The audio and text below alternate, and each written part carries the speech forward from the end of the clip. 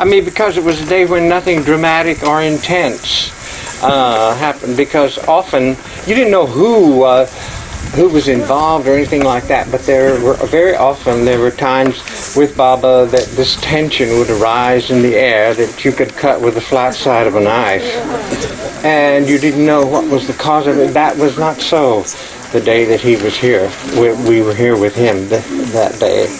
And but the one thing that Billy did, you didn't tell it, and Beatrice didn't tell it. There was one time, he tried on the hats in the guest house, but then he would send us out, and we diddled around, and I know that the dancers decided to, reverse evolution, and we were monkeys climbing around these trees. And then Baba would suddenly call us all in for a few minutes or so, something totally unimportant, and then he would send us away again. And one time he called us into the front porch of the house, not the guest house, but the original house. And he was in he had put on Elizabeth's coat and made a turban, and he had a shawl. Don't you remember that? No. You don't remember that? I probably wasn't there. Where could you have been?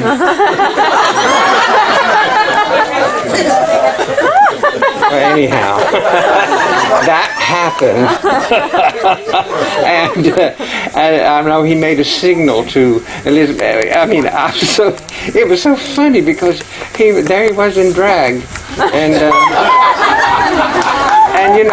he had this sort of smart-ass grin on his face when he did things like that, and he made some kind of sign to Elizabeth, and she said, "Oh no, Baba, I'll never throw that away." So that he was talking about that coat, and I've had a request to tell you. Are you talking about here or I'm talking about the day we were here with. That's what we're here for. Didn't anybody tell you?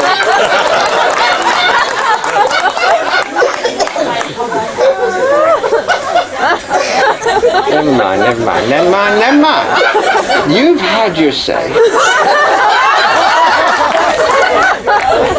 She's so impossible, and she never gets any better. Here I am on the road of improvement, and she just stays behind. So anyway, so the night after Ojai, and we went back to Los Angeles, and we were going to fly to San Francisco the next day.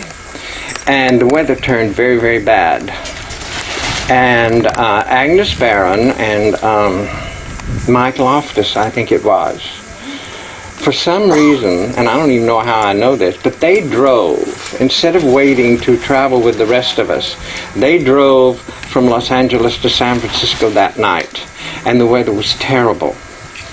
And we found that out later, that they were in grave trees were blown down across the road and everything like that.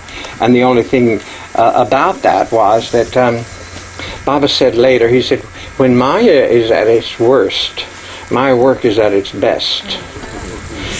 But that particular night, there we were in the Hollywood Roosevelt Hotel, and Peter Saul and I we always we were always put together. We stayed in Myrtle Beach together and so forth. And so he was sort of like my kid brother. And we shared a room, and there were twin beds, and the twin beds were parallel. And there was one of those marvelous tables with a radio and what have you in it. But anyhow, that particular night, I didn't sleep. Now it's common, but then it was unusual. And I was in that awful, awful state of not being awake and not being asleep. It's probably the most exhaustive condition you can be in. And the reason I was that way was because, now mind you, don't misunderstand, it wasn't a vision and it wasn't a mystical experience, but Baba was walking up and down beside my bed the whole night. literally this way. I mean, Peter was asleep over there snoring, and Baba was walking up and down and up and down and up and down. And then we were supposed to meet Baba, let's say at 7 o'clock. And at 6 o'clock, someone knocks on the door and said, "Where are you? Baba wants everybody together." He was always doing that. And then he said, I said, 7 o'clock my time, which could have been 2 in the morning, who knows what. But so we all scrambled, and everybody came out of their rooms in various stages of disarray. And some of the women came out with one eyebrow and things like that. So, and then finally we were ready to go to the airport, and we congregated in the lobby. And I don't know if we were waiting for about whatever. And Baba very, very casually, I was close to him for once, and he just looked over and he said, "How'd you sleep last night? Did you sleep last night?" And here were all these people, and you don't know how big a jerk you can be until you're around Baba. And believe me, it's like the biggest mirror in the world and the biggest ass inside it. But I said I couldn't possibly, this is a flash thought that I can't complain in front of all these people because I didn't sleep. So I said, "Fine." And Baba paid no attention. And we were there for some time, and then we moved out onto the sidewalk. And again, I was close to Baba. And he looked at me and he said, "Did you sleep last night?" And again, because of the crowd, I said, "Oh, yeah. I mean, I'm fine." And he paid no attention. And then we got to the airport. And suddenly he called me over. And he looked me straight in the eye and he said, "How did you sleep last night?" No. Sorry, take it back. I think he asked me at the air, maybe not, I forget about it. Anyway, we got on the plane, and I'll never forget getting on that plane. It was like climbing Mount Everest. It was when you entered, no, none of you know this, but how many of you were around when they invented the wheel. You entered in the tail of the plane, and it was at this angle like that, and to get to your seat you had to plow yourself up. And Bunty and I were sitting in the bulkhead seat, the very foremost seat in the plane. And like Leatrice said, Baba was like over the wing, I guess. And we were on the left, and he was on the right. And we took off, and Bunty and I are talking, and I was sitting in the aisle seat, and she suddenly got a funny look on her face. I'm talking, and she got a funny look on her face, and I turned, and it was Adi. And he looked terribly grave and serious, and he said, "Baba wants to see you." Just about like that. So I walked back, and when I was there, she said he was sitting next to the window. But when I saw him at that time, he had changed places, and he was in the middle. And it was Meherji and Baba and Adi were sitting in this row. And that's when he looked at me and he said to me, "How did you sleep last night?" And I finally got smart and said, "Well, actually, Baba, I didn't sleep at all. How could I? You were walking up and down beside my bed all night." At which point, Baba turned on the electric light and he beamed and he reached across Adi and took me under the like that and literally pulled and gave me the most enormous embrace you've ever had. It was absolutely stunning, the whole thing. And I was so surprised by it. And then he sort of pushed me away and said, "Go back to your seat." And that was that. So I came back and I sat down, and Bunty said very kindly, she said, "What was that all about?" And I said, "Well, I'm not sure I can tell you, but blah, blah, blah." And again, she got a very funny look on her face. And I started to turn and look in this hand. Oh, no! And it pushed me, this hand pushed me into the seat, and so much, and I sort of struggled, and then I realized it was Baba, and he pushed my head, and I saw the other seat go that way, and I don't know how long it was or anything like that, and then when he let go, I turned, and he was already gone, and I have absolutely no idea what that was all about, but that was one of the stories. And sometime during that day, then we learned that, I don't know what the connection is, but we learned about what a terrible trip Agnes and Mike had had, and what kind of danger they were in. And I always identified with it because of our first trip to Myrtle Beach, which some of you know that story, when we flew down there. And then apparently I have to tell the story of the coat, because Adele announced it.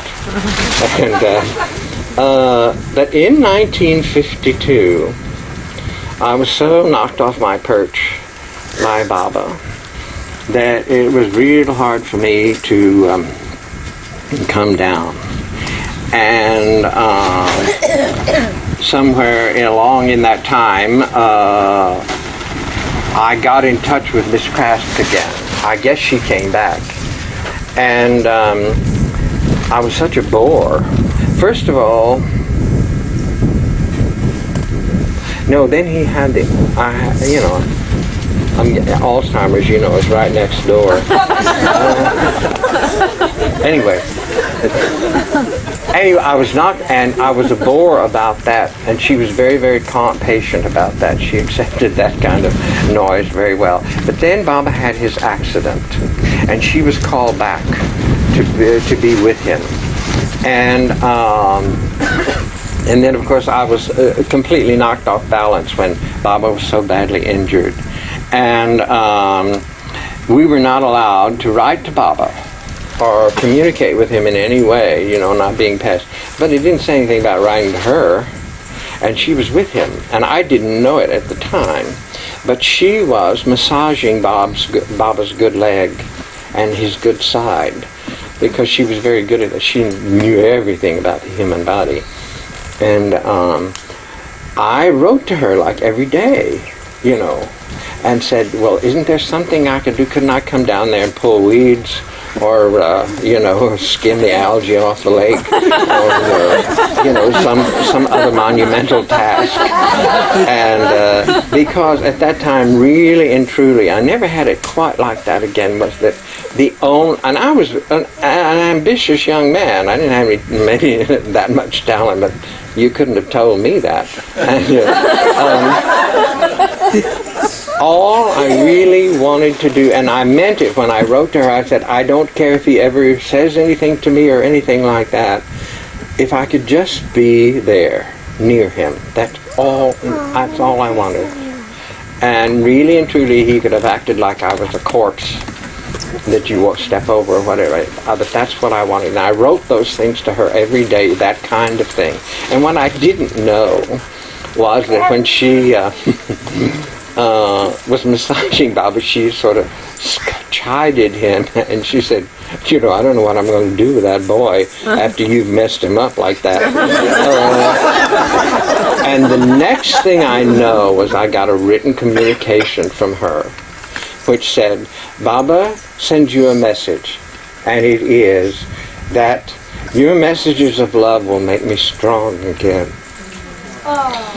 And because Baba, he came out with these things that were so overwhelmingly generous and fantastically humanly sweet that you really, at least I was, it knocked you over. But anyway, during that time, and I guess to get me off her neck, Miss Crass, I said, what am I going to do, this and that? And she said, well, why don't you make him something? And she said, whatever you make, he will probably give away. But, why don't you make him something? So I decided that I would make him a coat. And I mean, my mother was a seamstress, my father was a good tailor, and I grew up, and nobody ever taught me, but I grew up, I know how to sew. And so I made him a white woolen gabardine, you know, Nehru jacket, like he wore. And then Baba came to New York, and after his recovery in Myrtle Beach, and the day, and then I think it was 2 months to the day after I had seen him the first time, when he was so, see, the first time I saw him in 52 was the only time I saw him when he was completely in good health. He hadn't had any of the accidents or anything like that, and I was in the lagoon cabin, and Baba was like the personification of youth. I mean, the way he strode around that cabin, you know, opposite me, and the most beautiful stride in the world, and his hair was loose that day. That's the only time I ever saw him with his hair loose. And it was such a lithe, beautiful young man's body. And he had this beautiful skin that was like kind of amber color, and it was like it was lit from underneath. I don't mean he glowed in the dark, but you know, it was like light radiated from him, and he was so beautiful. So I was ready for that. And anyway, we were. He came. He was going to come back to New York, and I had made this coat, and we were going to be allowed to see him at Ivy Deuce's apartment. And oh God, that day was so hot. I don't know, 104 or something like that. And without my being conscious of it, I was all prepared for another shot of, you know, the way he was. And I walked into the room, and I had the coat in a box. And I just laid that, because without paying any attention, I just laid that at the foot of the bed. And then I looked and I saw Baba. And what I had seen before was some, you know, ideal, everything. And there I saw a man who was obviously very, very uncomfortable. And he had his left leg in a cast, and his, I don't know which arm was it. I think it was his left arm in a cast. And he was kind of gray. And again, his hair was down, but it's like it had lost its vitality, and it was just flat. And, you know, in color.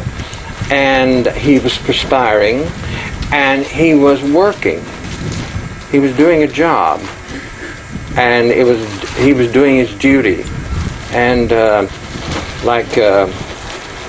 joy was, it was like the joy was absent. But he made some motion, and he said, "Sit down." And I sat down on the edge of the bed, facing Baba. He was lying that way, and I sat down.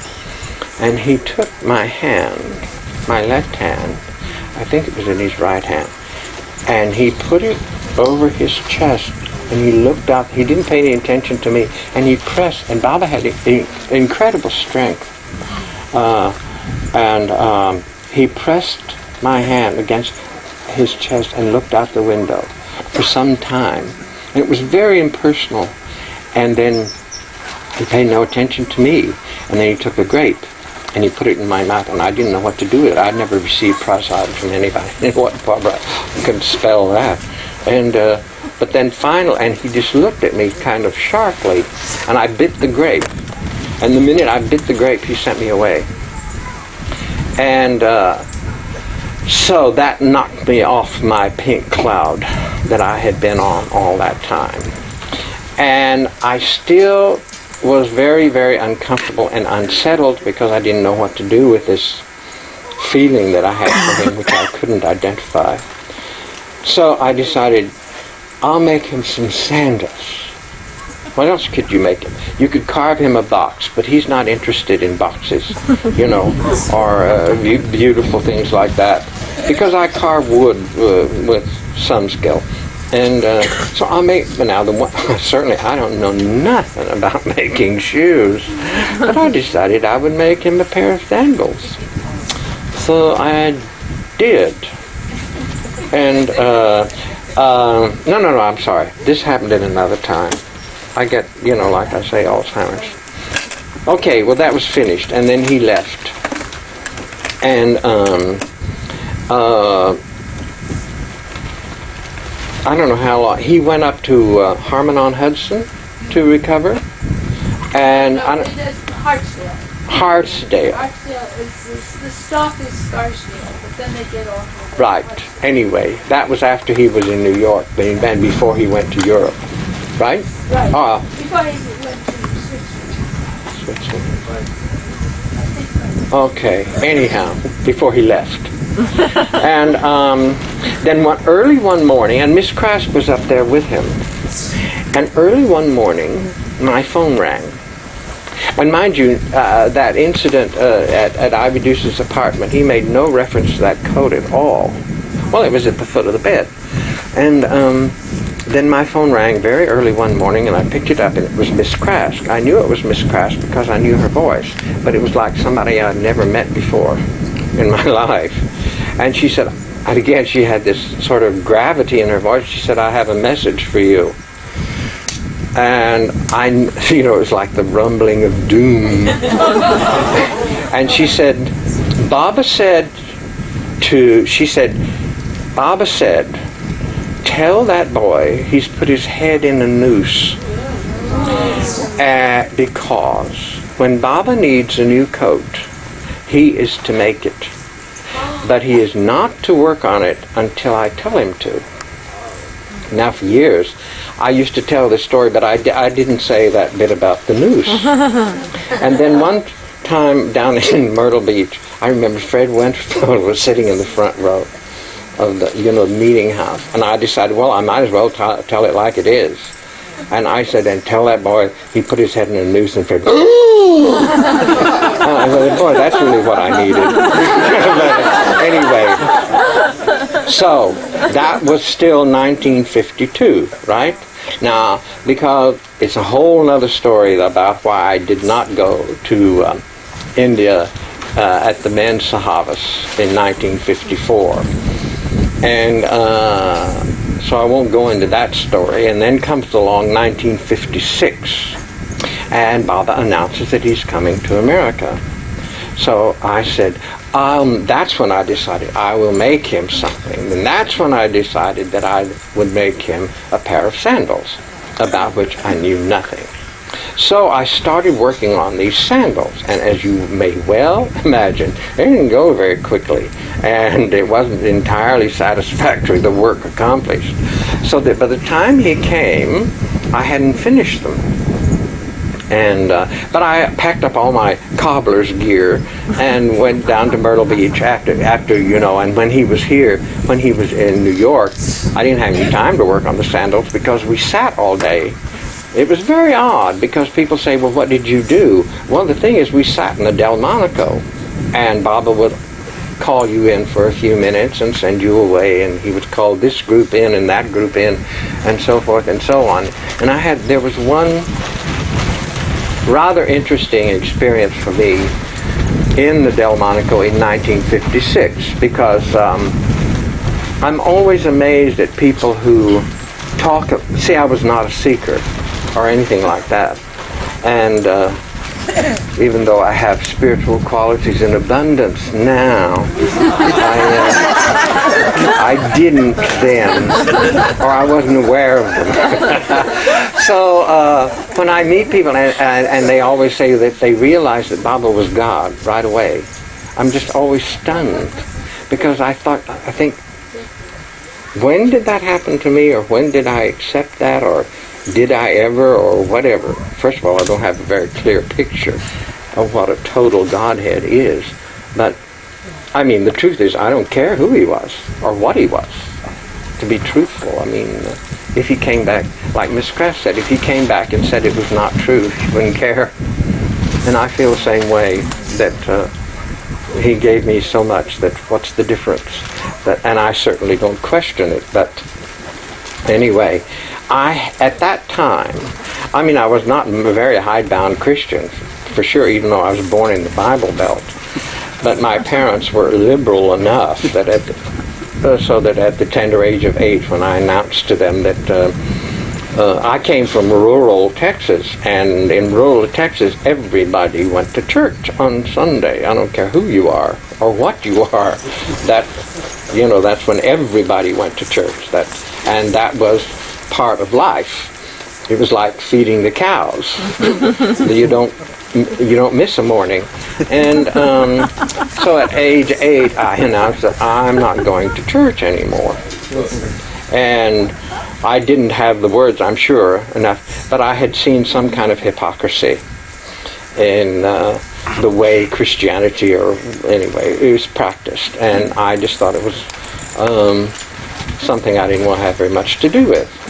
And my father said, well, all right, but don't get any ideas that you're going to invent a mode of conduct, an independent, way of life.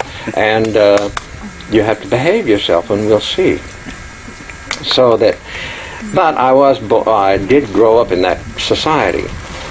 And when, it became that, well, I don't know, in writing or where people were talking about it, that Baba was the same thing as Christ. I had a slight block there. I couldn't really, I couldn't swallow that. It stuck.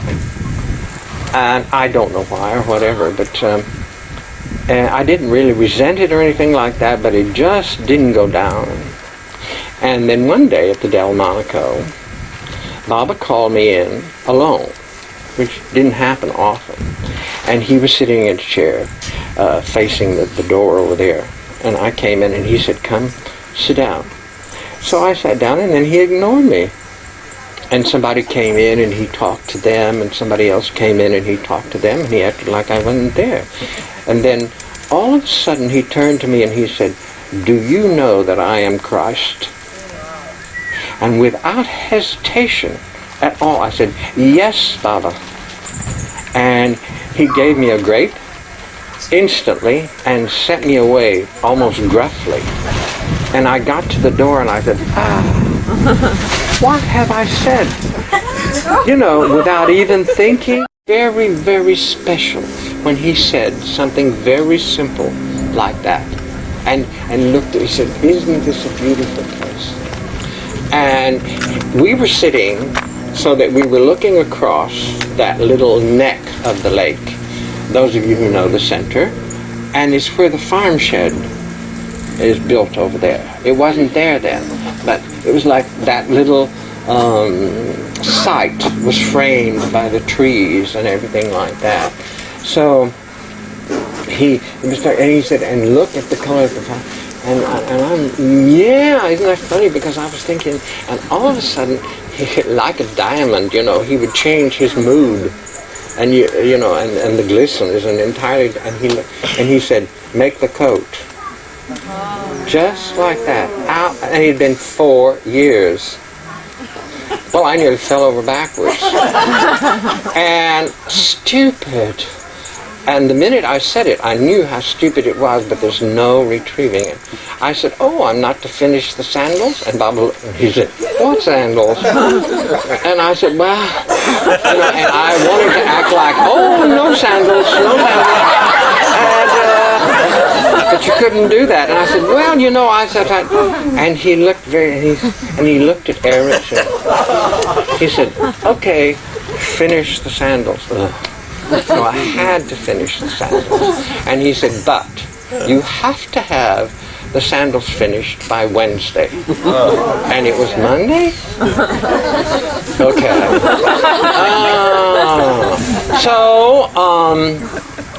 I remember really stupid. But I come out with some real doozies. I was so far behind, and this is all by hand, and all the gluing, and you lay on the glue and you have to let it dry, and because it's contact cement, you have to let it before you stick it together and all that stuff. And I had started him a pair that had embroidery on it, and I decided that those were his formal sandals, and he doesn't use those, so I had to make another pair and start again. And that's why I was late. And anyway, one night I simply had to stay up to have those sandals ready the next morning.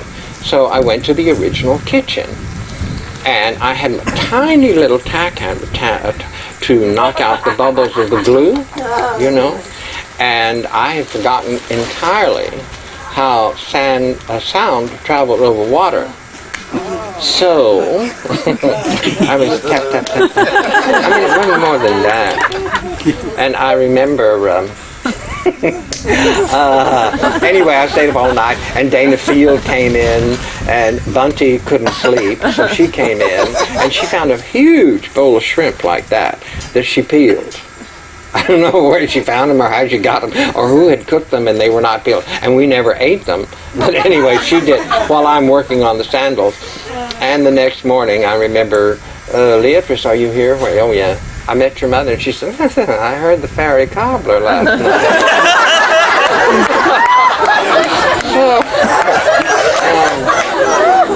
Okay, so I finished the sandals, and I knew that something was wrong with them. And I didn't know what size, mind you, all this time I didn't even know what size Baba's foot was. It was about the size of mine. But anyway, so days passed. He didn't say a word about those sandals all day, and the next day, and the next day, and suddenly one day we go to Brook Green Gardens, and so we go, and I stick these sandals in my hip pocket, and I go around for 3 days with these sandals sticking out of my pocket in a paper bag. And we go to Brook Green Gardens, and I've got my sandals in the back pocket. And this is a crowd, and when it wasn't entirely safe to walk around with Baba, because, I mean, he was fine. It was the other people. You really had to watch your ribs and everything like that. So I gave up on that. You know, I was with Baba, and I thought, gee, it's kind of selfish, you know, that you're lucky enough to be here in the first place, so why worry about it? So I was usually, and Peter and I were always like at the tail end. And we never knew what was going on really in front, you know, whatever it was. And something was always going wrong on. I mean, people were talking, or Baba was making reference to something. And then we got to a place, and Baba sat under a tree and leaned against it, and he said, nobody sit down. He was going to sit down. And Peter and I just stopped with the crowd and didn't know what had happened. And then this crowd parted like the Red Sea. And right down the aisle was Baba, and he said, come here. So I came, and he said, give me the sandals. And it was 3 days late. So I gave him the sandals, and he put them on, and they did not fit.